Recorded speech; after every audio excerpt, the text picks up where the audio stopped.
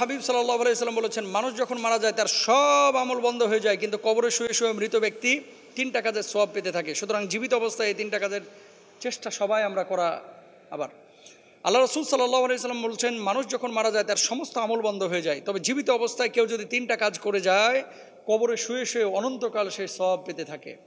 3টা কাজ জীবিত অবস্থায় প্রত্যেকটা মানুষের করা উচিত। 1 নাম্বার, ইদা মাতাল ইনসানু ইনকাতা আনহু আমালুহু ইল্লা মিন সালাসাতিন ইল্লা মিন সাদাকাতিন জারিয়াতিন। সাদাকায়ে জারিয়া বেশি বেশি করবেন, গাছ লাগান, পুকুর খনন করেন, কলকারখানা নির্মাণ করেন, টিউবওয়েল নির্মাণ করেন, মানুষের উপকারে কিছু কাজ করেন, রাস্তাঘাট নির্মাণ করেন। 2 নাম্বার, আও ইলমি ইউনতাফাউ বিহি, উপকারী ইলম বিতরণ করেন, জ্ঞান অর্জনের জন্য মানুষকে চেষ্টা চালান, কিতাবাদি লেখেন, মানুষকে শিক্ষা দীক্ষা দেন, মানুষের মধ্যে ধর্মীয় জ্ঞান বিতরণ করেন, জনগণের কল্যাণ হয় এরকম কোনো জ্ঞান বিতরণ করেন।